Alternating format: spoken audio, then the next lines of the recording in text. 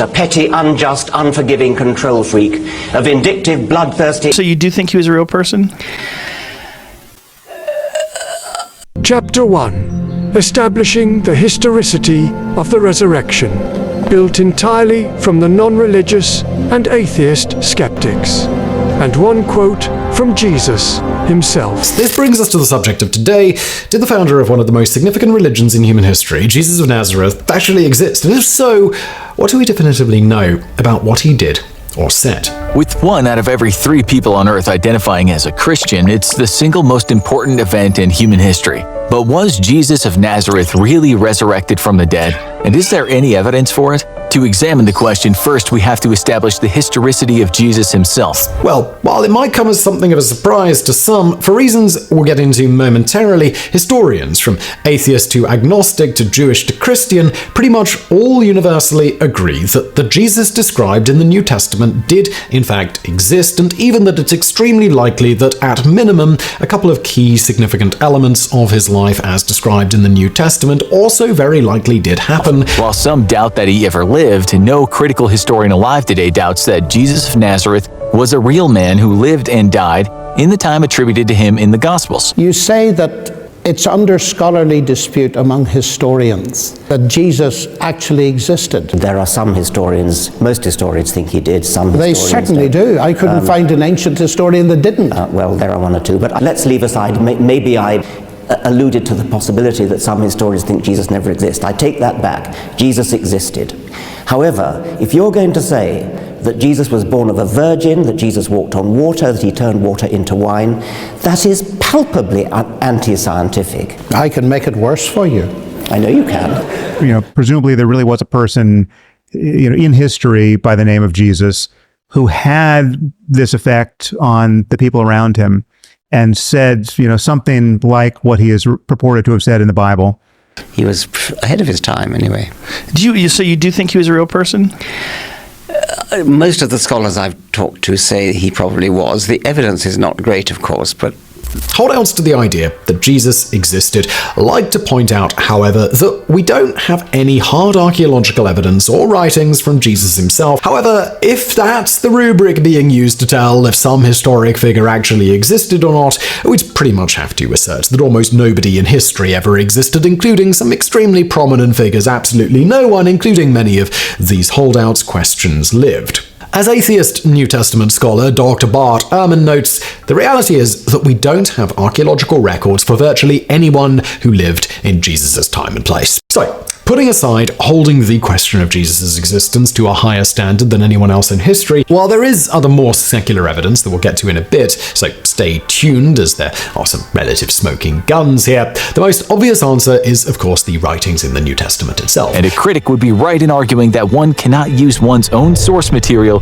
to argue for the validity of his or her argument, except that it's a serious misunderstanding of what the New Testament actually is, or what it originally was. Today, the New Testament is considered to be the second half of Christianity's holy book, the Bible. Yet before it was largely codified around 200 AD, the New Testament was a collection of apocalyptic revelations, letters to various churches, and the formal writing down of oral tradition in the form of Gospels. Specifically, Paul's letters and the Synoptic Gospels are considered to be valid historical documents that, due to their content, were later turned into a holy book.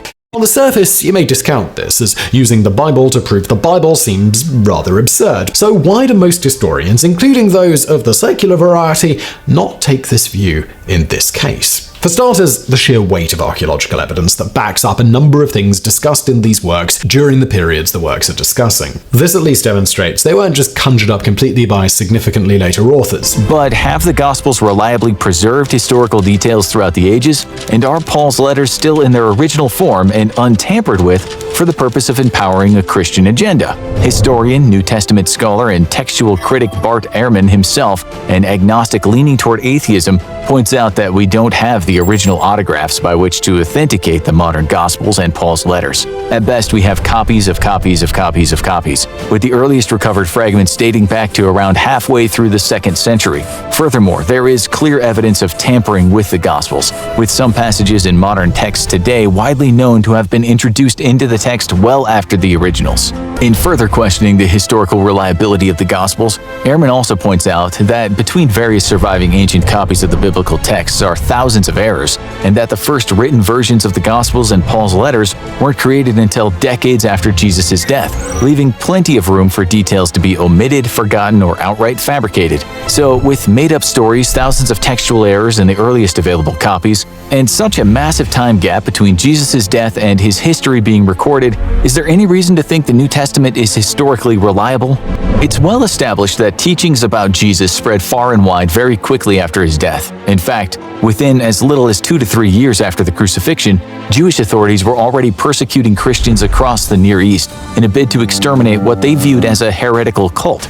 On top of this, other evidence strongly suggests Christianity had already exploded in Judea and parts of the Roman Empire at the point Paul was writing. This is important because it would have taken some time for this relatively large spreading to occur, further significantly dwindling the couple of decades between when Jesus is referenced to have existed and when we know for sure a rather large group of people from the region believed he did. The wide geographic dissemination of the core Christian knowledge about Jesus and his life events makes it incredibly unlikely that major revisions could have taken place without them being discovered. If, for example, Christian leaders in Rome wished to greatly change a core fact of the life, death, or teachings of Jesus, believers in Africa, which has one of the world's oldest Christian communities, would have immediately identified the manipulation.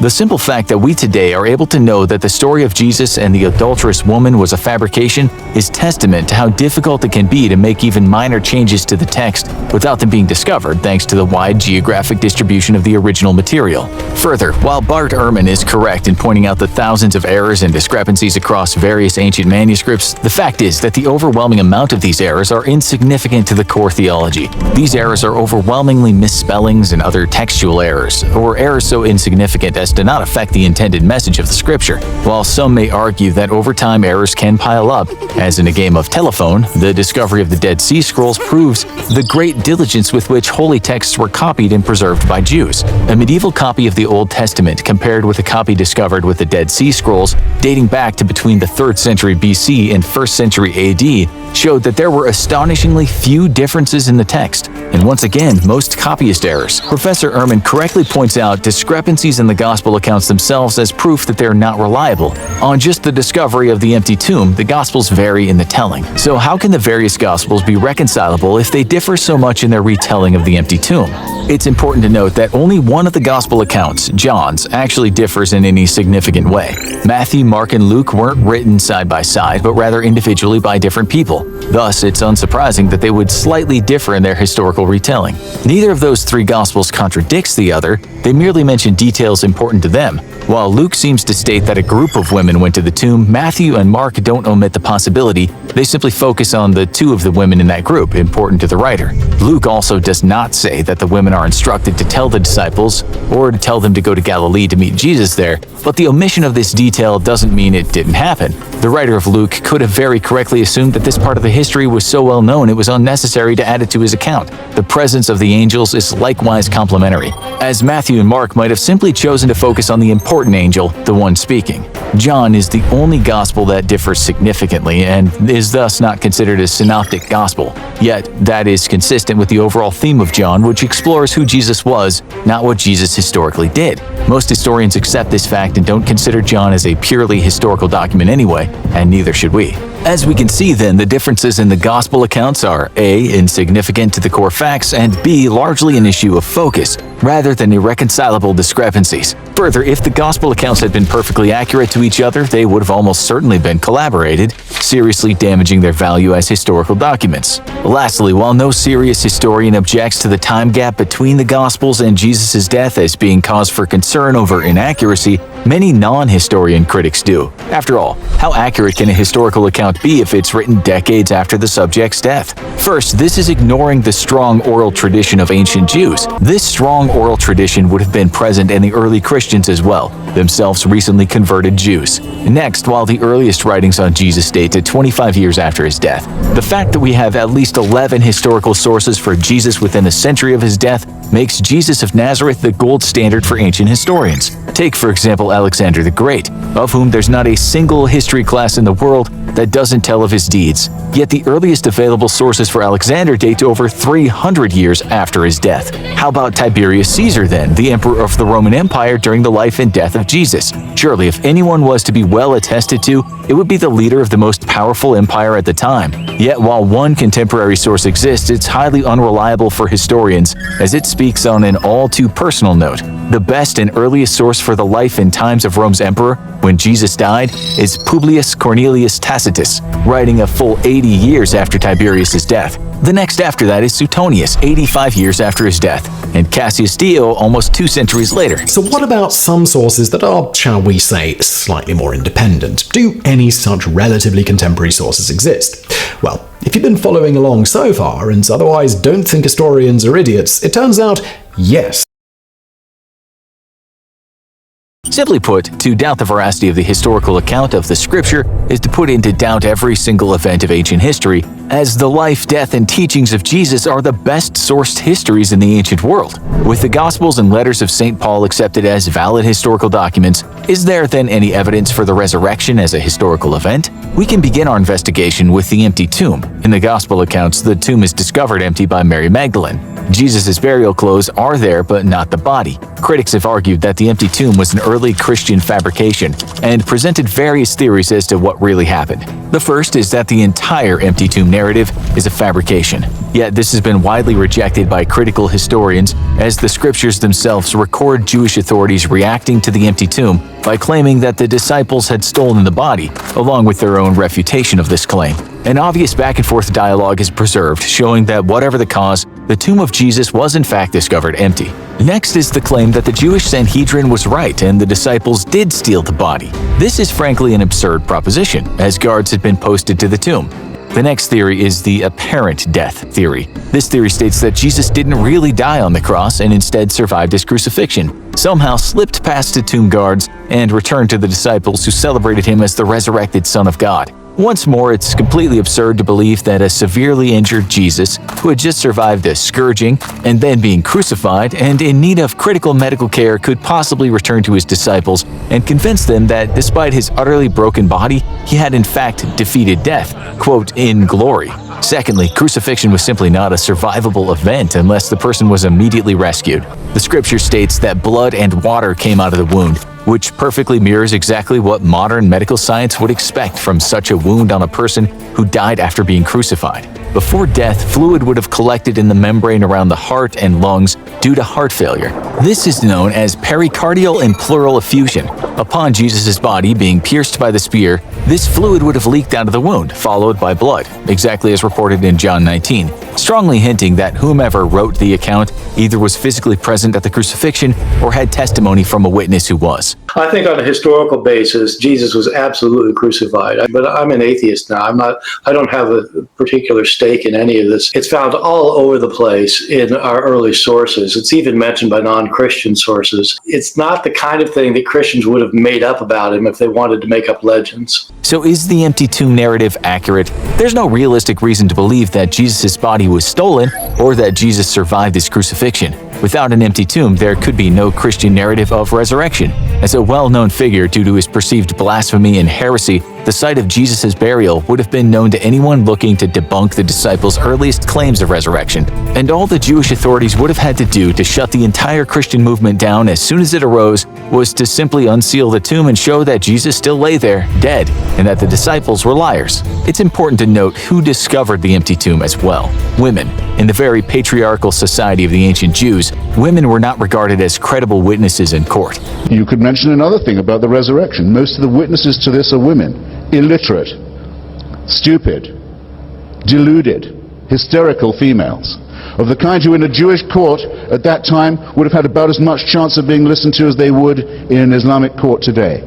What religion that wants its fabrication to be believed is going to say, you've got to believe it, because we have some illiterate, hysterical girls who said they saw this? No, it's impressive to me. Despite women being ineligible to serve as witnesses in most Jewish courts, the early Christians publicly proclaimed women, the least trustworthy members of society, as the discoverers of the empty tomb.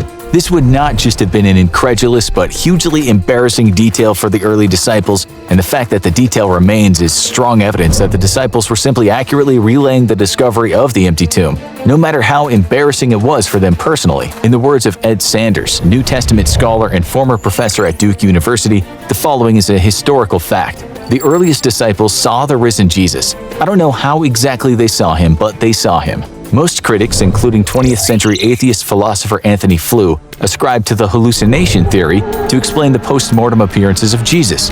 Hallucination theory simply can't explain why a sworn enemy of the Christian church would experience the same hallucination as Jesus' own disciples years after Jesus' death. It also cannot explain the post-mortem appearances to entire groups of people as recorded by the disciples, as hallucinations are a personal experience. Finally, a hallucination could not have led the disciples to believe in something they had no concept of before the event, namely the pre-apocalyptic resurrection of their former teacher. It can't be understated how devastating the crucifixion was for the disciples. Not only had they lost their teacher, but he had suffered a criminal's death, one so abhorrent to Jewish society that it was believed those who were crucified would not experience resurrection on the final day. In the eyes of the disciples, Jesus had proven himself to be no different than the dozens of other self-proclaimed Jewish messiahs that came before and after his death. Yet we know that within months of the resurrection, possibly even weeks, the disciples were boldly proclaiming Jesus' resurrection.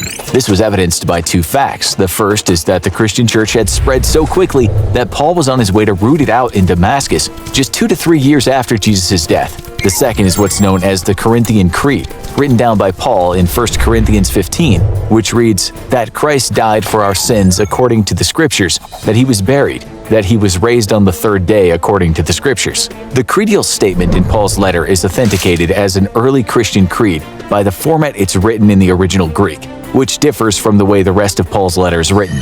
In the ancient world, when you wanted to help someone who couldn't read or write remember something, you put it in the form of a creed. And as Bart Ehrman himself attests, the Corinthian Creed can be dated back to within 1 or 2 years of the crucifixion, with some historians dating it to as early as mere months after Jesus' death. This means that within months after the crucifixion, the earliest Christians were already teaching Jesus' resurrection, a concept that they had no ideological basis for prior to the crucifixion.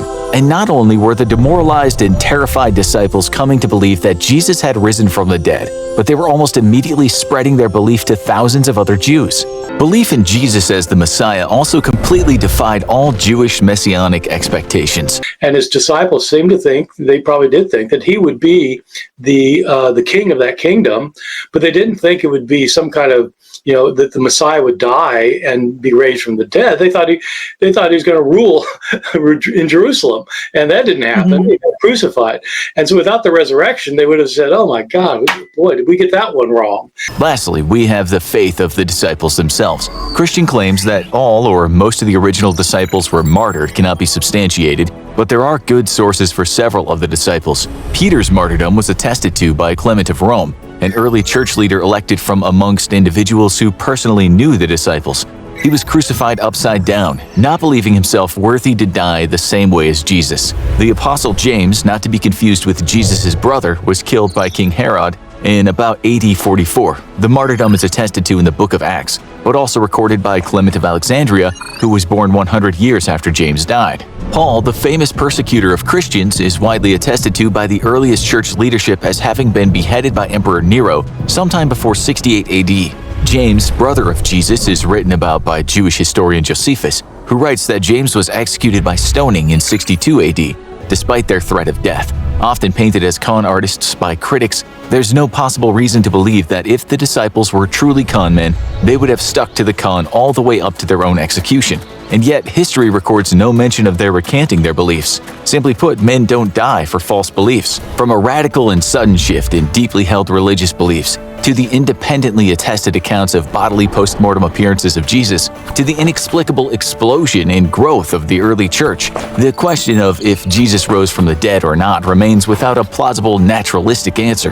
The truth is, something significant happened in Jerusalem in the early 30s AD, an event so incredible that it immediately split the Jewish faith in two and led to an explosion in belief in Jesus of Nazareth. Even though alternative explanations do, I grant you, seem incredibly implausible, whatever happened on Easter morning, it was weird. I don't know what happened that morning, but whatever happened, it was very, very strange. But it doesn't seem obvious to me that even though these different explanations aren't particularly compelling, that should increase my credence in the belief that a man rose from the dead, which seems infinitely less plausible.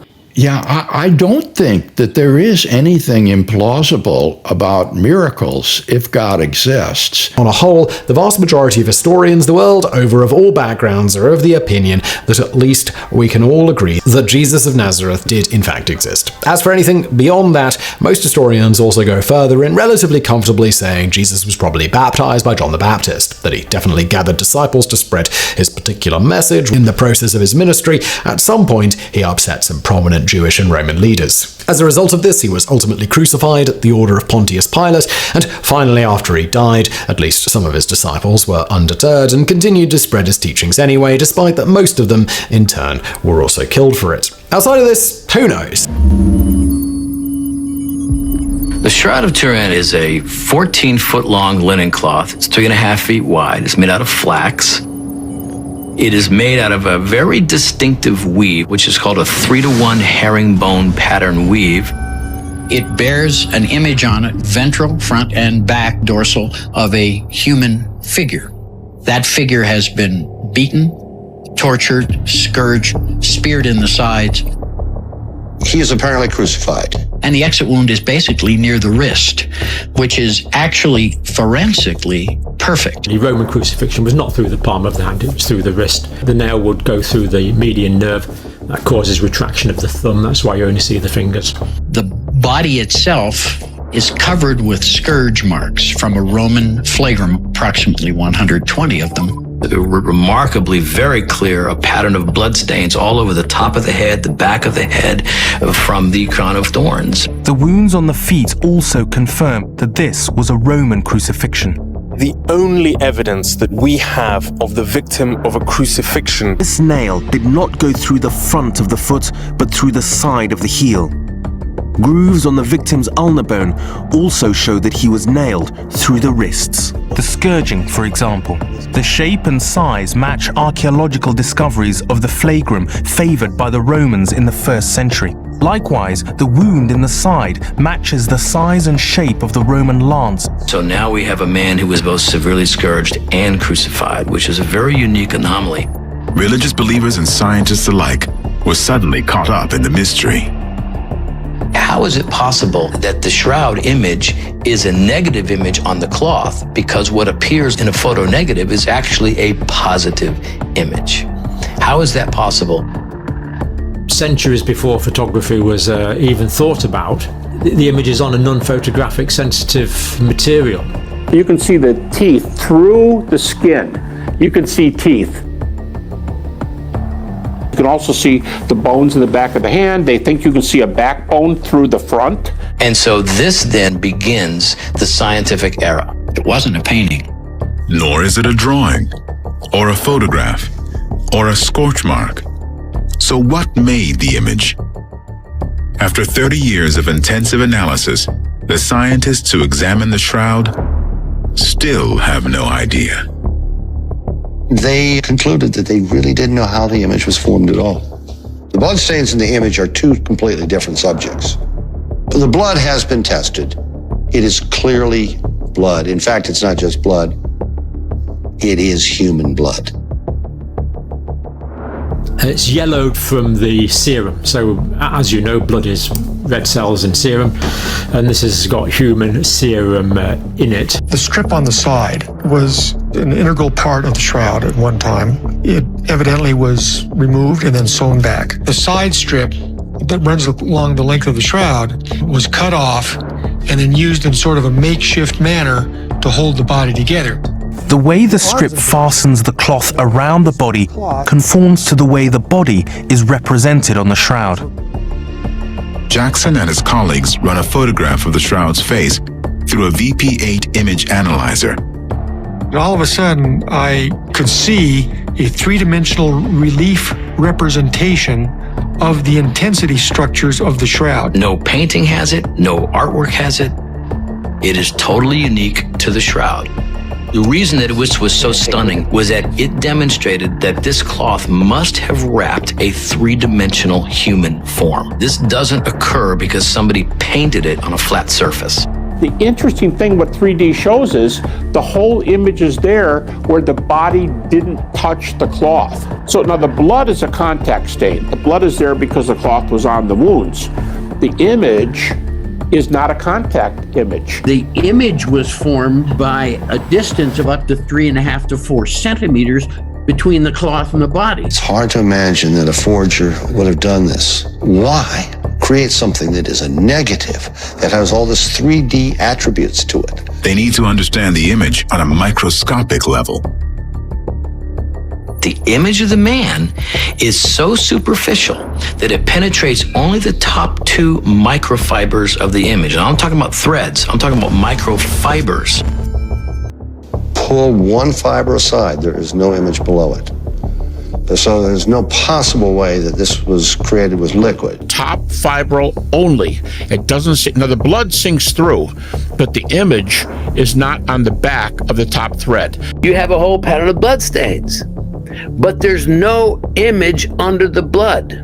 That means you have this whole pattern of blood stains on the cloth first, followed by the image. Why would an artist even conceive of crafting a whole pattern of bloodstains and then try to figure out how to craft an image around it? Even more puzzling is the illusion of shading where there is none. There's no gradation of color. That's your eyes mixing things. What you really have in the Shroud of Turin is one kind of information, one color.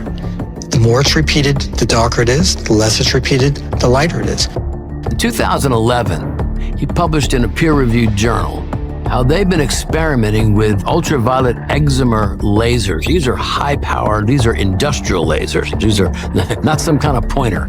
And they determined a 40 nanosecond burst achieves the very same depth and coloration as we see on the shroud. This experimentally shows how the image could indeed be the result of light. But it would take an incredible amount of power to generate the light needed to create the shroud image in a split second. To replicate the shroud image, you would need 14,000 lasers, all going off instantaneously at the same time. I have to remind everybody, lasers weren't invented until about 1946. In 1988, the Shroud of Turin undergoes what many consider to be a definitive analysis. These carbon dating tests make headlines around the world. They indicate the cloth was made between 1260 and just before French knight de Charny brought it to his church. Immediately, it was declared that the shroud was a fake. Newspapers carried it around the world. And anybody who doubts that should be a member of the Flat Earth Society. There's clear evidence that the sample that was used to date the shroud in 1988 was cut from a corner of the cloth that was a medieval repair to the cloth. New reweave part, the splice, very definitely shows the new yarn that was being put in and dyed to match. The only thing in the shroud that was dyed or stained was this radiocarbon area. The public doesn't know that. All the public knows is the soundbite. New forensic evidence that places the shroud yet further back in time. It is something known as the Sudarium of Oviedo in Spain. Sudarium of Oviedo is believed to be the cloth that wrapped Jesus' face when he was on the cross.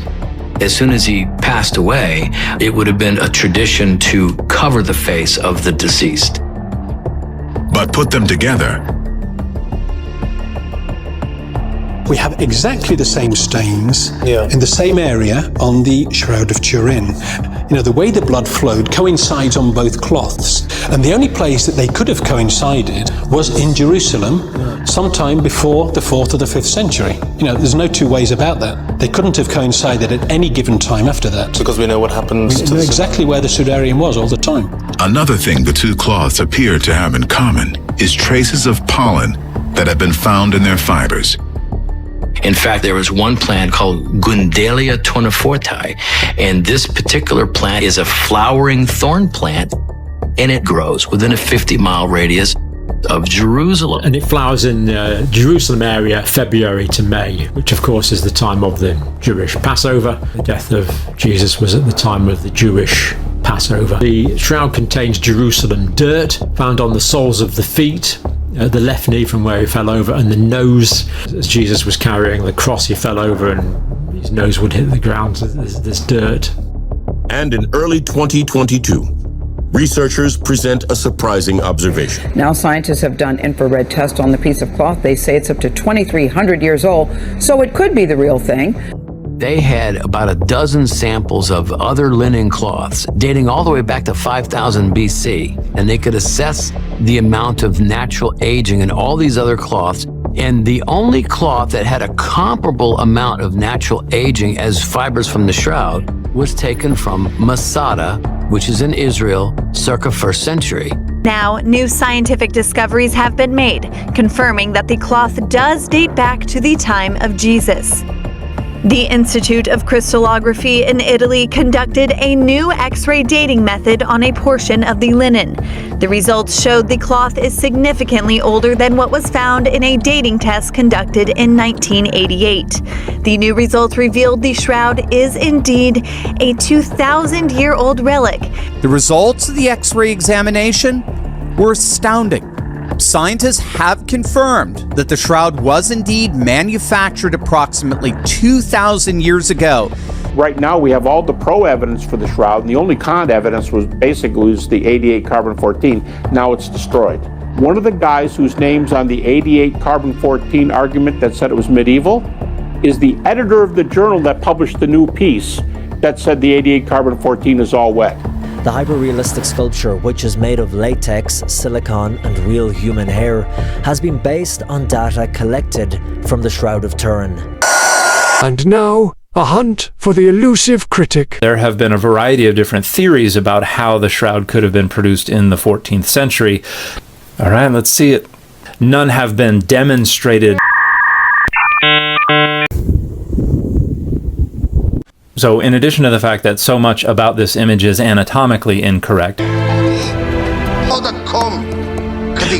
am poured out like water, and all my bones are out of joint.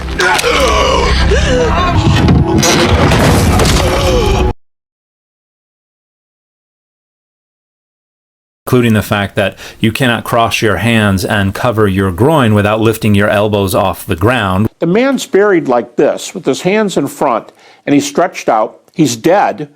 One reason is his head is frozen like this. He's in a state of rigor mortis, his post-mortem blood flow, separation of blood and serum.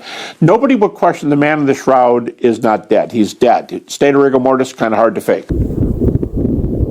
As Jesus was resurrected. This proves it all. The Bible itself debunks the Shroud of Turin. And stooping to look in, he saw the linen cloths lying there. According to the Bible, Jesus was wrapped in strips of linen and the face cloth. So whoever was the forger of this Shroud of Turin should have done a separate headpiece.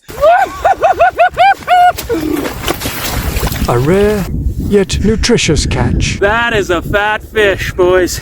There are no chemical or physical methods known which can account for the totality of the image, nor can any combination of physical, chemical, biological, or medical circumstances explain the image adequately, and that remains true today. You know, we know dead bodies don't do much. What are X-rays doing coming out of a dead body? Uniformly, every part of the body, top fiber, enough power to level Jerusalem, 3D, you know, everything. Why is this looking out this way? It just...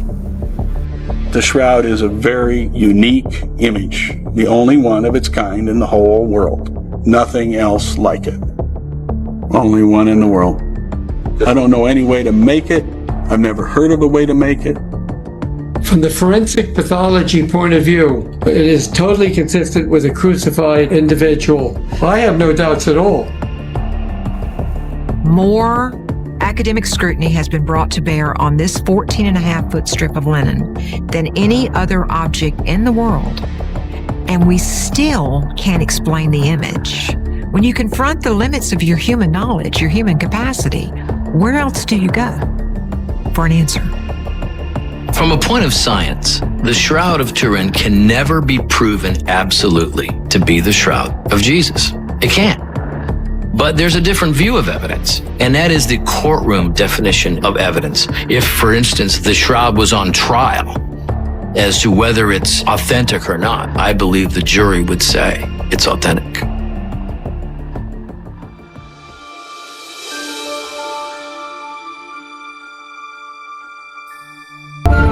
You can see the night sky from any place on the surface of the earth at any time in history in an instant. And it's so fast you can animate the sky. So obviously Herod was alive when Jesus was born. All the oldest manuscripts, every one that dates before 1544, are consistent with Herod having died in 1 BC. And that opens up the possibility for us to look in the years 2 and 3 BC for the star. And when you look there, the sky explodes. So we find something in the sky that maybe fulfills 8. I'm going to say that's interesting, but it's not the star. It has to completely line up with Scripture for me to think it's really the star. Here's the toughest of all the 9 points. Until it stopped over the place where the child was. Can a star stop? You wouldn't think so, but it can and did, and I'm going to show you. So now I'm going to take you and show you the starry dance. We're going to go to the sky and see what really happened 2,000 years ago. This program, incidentally, is it's called Starry Night, used widely by astronomers around the world. It incorporates Kepler's 3 laws of planetary motion, plus Newton refined Kepler's work. He added something called perturbations. We can view from any place we like. I'm choosing to view from Babylon because I believe that's probably where the Magi came from. That's the Eastern school. And you can choose any time to view, and we're viewing 3 BC. It's September. So let's take a look. And we see Jupiter rising. And as I zoom in, you'll find that there are 2 objects there. This is Jupiter. The smaller object is a star. It has a name. It's called Regulus. That's the same word root as our word regal. The Babylonians called Regulus Sharu, which means king. The Romans called Regulus Rex, which means king. This is the king star. We now have the king planet and the king star coming into very close approach. And so when Earth spins past another planet in its orbit, that planet may appear to act strangely, move backwards, retrograde motion. And Jupiter does that, of course. Jupiter passed Regulus, changed its mind, stopped and went back for a second close approach. That's 2. Passed Regulus again, changed its mind, and came back for a third close approach. Triple conjunction, much more rare, much more rare. And if you choose to see it, Jupiter has just drawn a halo or a crown over the king planet. If we look at the sky and turn on the constellations, we'll see that Jupiter has been crowning Regulus right here in the constellation Leo the Lion. But there's something even bigger that I got to show you that really spooked me when I saw it. And to do that, I'm going to take you back to the Bible. He says, a great and wondrous sign appeared in heaven. What is the sign? Well, I want you to watch this. It's a woman clothed with the sun, with the moon at her feet, a crown of 12 stars on her head. She was pregnant and cried out in pain as she was about to give birth. She gave birth to a son, a male child, will rule all the nations with an iron scepter. Hey, here's that scepter again. Who's the child? That's Jesus in his role as King of Kings. We saw the prediction in Genesis, and here in Revelation, he appears again, and he's got that scepter. It's what he's describing is the birth of Jesus, but he sees it in the heavens. What follows Jupiter into the sky as we animate the sky is Virgo, the Virgin. And she is clothed in the sun. And she has the moon at her feet. It's just a crescent moon, a very small crescent, barely visible moon. There's a reason for that. This is Jewish New Year, Rosh Hashanah. It's exactly what John describes in Revelation 12. It's what he saw in his vision. It's obvious. So I'm looking at all this stuff happening, and everything's just, really moving me. And I'm thinking, man, this may be the birth of Jesus. And then I thought, wait a minute, maybe not. Because Jewish people and a lot of Christian people believe that life begins at conception. Well, you can test that, I thought. Well, let's just wind forward 9 months and see if there's anything interesting happening in the sky. So that's what I did. It's now 2 BC. It's June. It's 9 months later. Now I'm going to show you something that you can see in any planetarium around the world. Because this event is simply so spectacular. Whether they believe in God or not, they're going to show you this shot. So we have Jupiter, the king planet, and Venus, the mother planet, coming into very close conjunction. That seems kind of pregnant, doesn't it? What I'm trying to show you is that they really stacked like a figure 8. So to an observer, it appeared to be the brightest star anyone alive had ever seen. Now let's fly Jupiter. That says 1125 of 2 BC, and it's slowing up. It's going to stop right about here, reverse course. The date when it stopped over the little town of Bethlehem, 1225 of 2 BC. Does that date sound familiar? Let me give you the chronology now. In September of 3 BC, Jupiter crowns Regulus in Leo. Up rises Virgo, clothed in the sun. New moon birthed at her feet, Rosh Hashanah, Jewish New Year. 9 months later, the biggest planet goes together with the brightest planet to make the brightest star anyone alive had ever seen. Where? Right over Jerusalem as it sets. The Magi ride. They get there sometime around November. They go to Herod and they say, we've seen the star. Where's the baby king?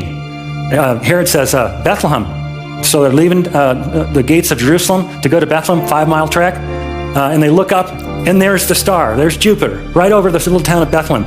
They ride down to Bethlehem in 1225, 2 BC. We know that's the date because that's when the star stopped. They're carrying gifts, remember? Frankincense, gold, and myrrh. They find the baby boy. Is he living in a manger? No. He's moved. He's in a house now. He's described in Greek as a paidion. He's a toddler. They find the baby boy and they present these fabulous gifts to him on what turns out to be the first Christmas. But now I'm going to reveal something to you. It turns out in my studies, I find that the Star of Bethlehem is the beginning of what I think of as a celestial poem that ends at Christ's death. And to show you the full poem, I've got to take you to the day of the cross. The sun will be turned to darkness and the moon to blood. The moon turned to blood before the coming of the great and glorious day of the Lord. And everyone who calls on the name of the Lord will be saved. And then he shouts at him. He says, men of Israel, listen to this. Jesus of Nazareth was a man accredited by God to you by miracles, wonders, and signs, which God did among you through him, as you yourselves know. That's a very interesting argument. Let me paraphrase what just happened. Got a rowdy crowd out here. Peter stands up and he says basically this: Joel predicted a bunch of stuff and you've seen it. And one of the things they are said to have seen was a blood moon. It's an ancient technical term and it has a specific meaning. It means a lunar eclipse. Now we need to date Christ's execution. We need to know what day we should study the sky to see the end of this poem that I'm showing you. So we have clues. So all these things taken together plus more stuff on the website come to one conclusion. Only April 3 of 33 AD seems to fit all the lines of evidence. This is the day of the cross.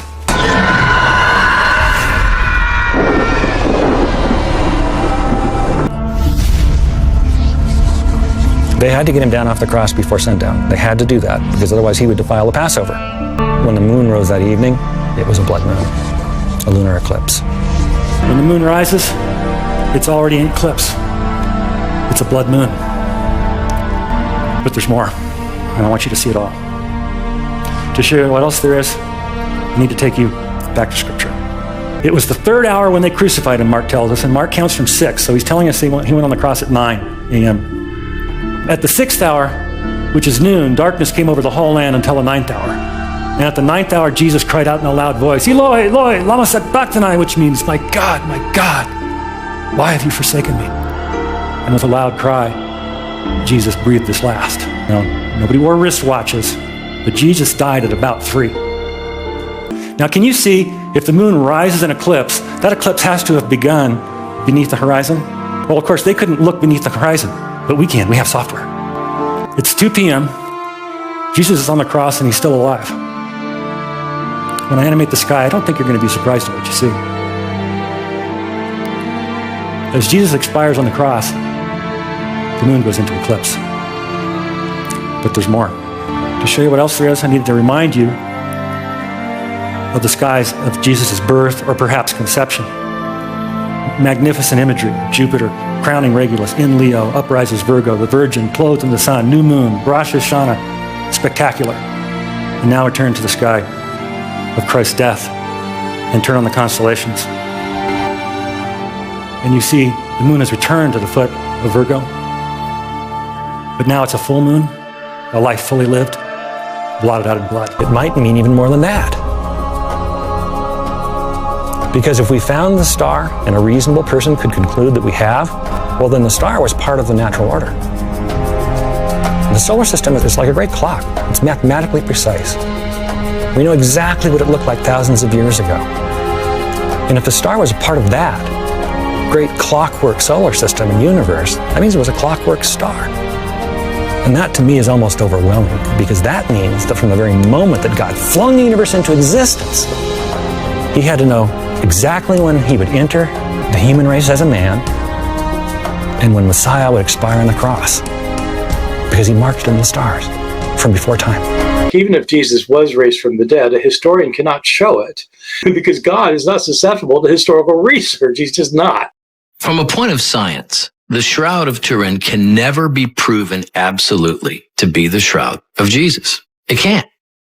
But there's a different view of evidence, and that is the courtroom definition of evidence. Fair preponderance of the evidence standard requires me to place enough evidence on a scale. If you think of one of those old-fashioned scales with plates, place enough evidence on this plate here so that the jury can see it tip.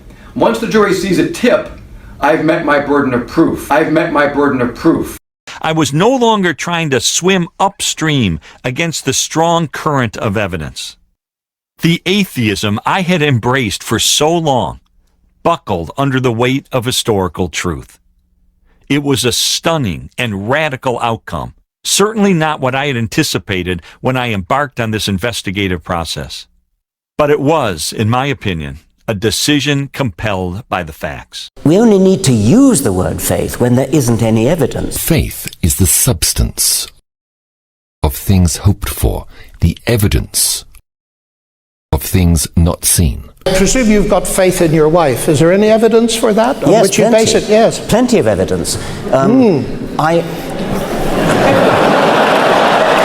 Let's say that in general, how do we know that somebody loves us?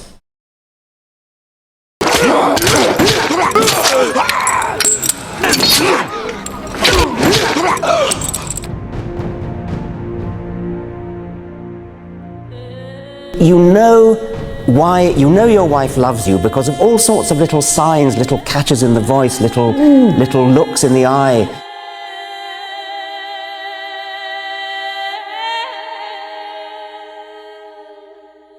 That's the evidence that Yes, that's that's evidence. right. That's perfectly good evidence.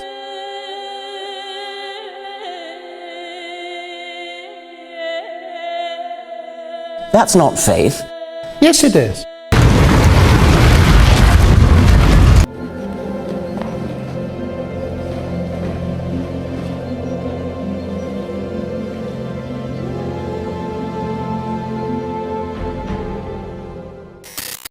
Time out. Let's talk about near-death experiences. I know of 300 evidenced NDE accounts where what's reported is empirically verified. In the category of afterlife, oh, so there may be an afterlife. Maybe there is. Okay, now can we talk about resurrection? A demonic creature runs at me at the speed of light. They attacked me, caught into me. And when it threw me, I mean, the strength of this thing, it was like me picking up this pen and throwing this pen. It was like it was nothing. They switch it up. They went on, they caught you down here this time, caught you up here, caught you here, come down into your throat, rip your tongue, your insides out.